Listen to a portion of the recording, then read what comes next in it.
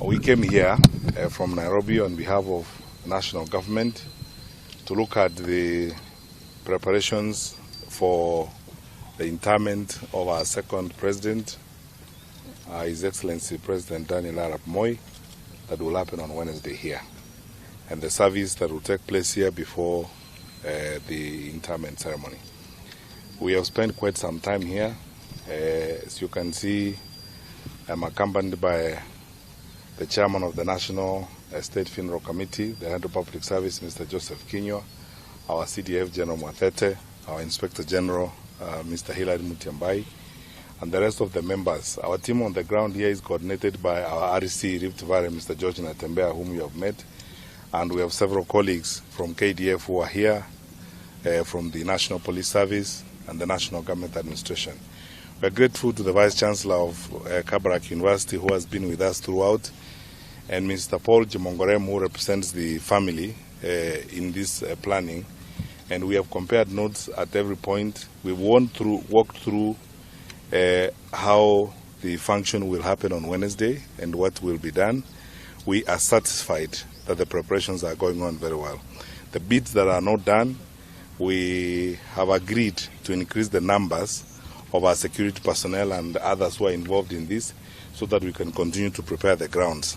We have agreed that the deadline for our preparations will be tomorrow evening, so that by tomorrow evening everything will be in place here. We will do another round of inspection on Monday, and then we'll begin our rehearsals Monday afternoon and on Tuesday in preparation for Wednesday, so that while the national service is happening in Nairobi on Tuesday, our team will be doing rehearsals on what we are doing here on Wednesday to be sure that everything goes according to plan. I would like to say about two things. One, we are very, very grateful to our colleagues and the team on the ground, led here by our RC, and our colleagues from KDF who are working hard on this, because they have done a fantastic job. They are totally on top of things. Two, we are grateful to the Kabarak University community, led by the Vice Chancellor, and the team from President Moi's office, Lee Njiru is here. We've built a very solid, synergized team that is working very well. We will be present here throughout. Our security team in all its numbers and our arrangements, as guided by our heads of the agencies, will be here throughout, between now and even after the function, to be sure that everything continues well. We will have a comprehensive statement tomorrow from our Inspector General of Police on the movement of traffic, because it's going to affect movement of traffic in Nairobi, movement of traffic on the highway between Nairobi and Eldoret, movement of traffic in Nakuru area and its environs as we prepare for this burial. The IG will make a comprehensive statement tomorrow on this and guide all of us on how we are going to conduct ourselves, because it affects how we will move around. But otherwise, I'd like to assure our colleagues and fellow Kenyans that the assignment we have been given as a team to prepare for the state funeral of our departed second president is going well, and the plans are totally all in good place. Finally, because we know of the interest that members of the public will have, we have agreed this morning that we will have the funeral service conducted here on Wednesday, but we will have about 4 other sites where the funeral service will be projected. One will be Afra Stadium in Nakuru. The other one will be in Baringo, in Sajo, and in Kabarnet. And another site that will be identified by the family within today. We will project huge screens there, and we will provide services such as we will provide here at those venues, so that sitting arrangements will be done there. There will be security arrangement provided there, and proper management of those who will be there.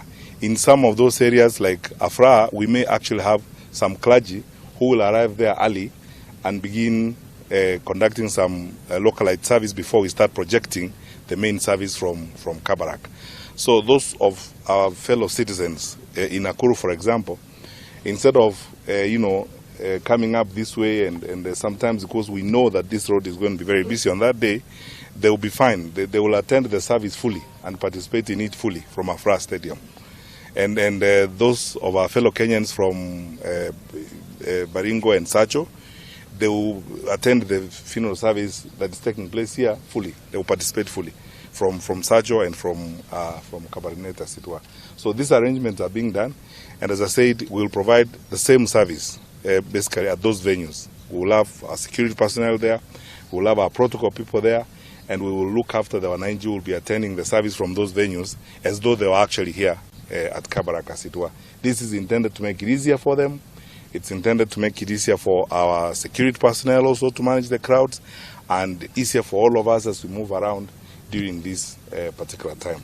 So thank you so much, ladies and gentlemen. Thank you, our colleagues from the media, for your continued communication, because it's through you and through the work you do that we are reaching out to our fellow citizens on this matter. And I thank all my colleagues who are here with me for the wonderful work that is going on here, and would like to encourage them. We will stay on this assignment, until it's completely done. We have also followed. There is a famine, as you know, and that's why particularly CDF is here. His Excellency the President, in his capacity as Commander-in-Chief, gave firm instructions on certain things he wants done for this funeral, including, what has got to be done according to traditions by KDF. They will all be done, and that's why we are here, and we want to confirm that even preparations for those are already. And we are completely ready. The CTF is ready. We'll have a full parade. We'll have everything that is supposed to be done here as expected, and as instructed by the President. Thank you. With all due respect, just one question, kindly. Yesterday we saw the chair mention that the media will be allowed to cover all events, but today we saw a select few being allowed to look into the you guys inspecting the whole burial plans. Maybe what do you have to say about this? What Mr. Kenya said yesterday is true, and it will hold, that all media will be allowed to cover this event. I would like us to, frankly, I want to request you, let's tolerate each other. Sometimes, you may move some spaces, even in the course of doing this, are fairly private, that even as we do this, we know that His Excellency President Moi was our president, but there are certain areas or dimensions that the family itself may request a certain level of privacy. We do this, but we also need to respect the family's wishes. And as we work with each other, this is the time where we need to just tolerate each other, to familiana vizuri, because we are now in this as one family of Kenya. Where there is something that you feel is not going on the right way, we'll consult with each other and address your need. Nothing will go wrong. Everyone will be allowed to cover, and where we feel that we need to allow a measure of privacy for the family, we will also accord the family the request that they are made of us, so that we can do this solidly as the wonderful family of Kenya that we are on this. So no one should feel anything. No one is going to be stopped. We'll do what we have to do. Tukifika mahali familia inahitaji privacy a bit, we will also allow them to have the privacy they need, as it were. Thank you so much, and God bless you. Thanks. Yeah.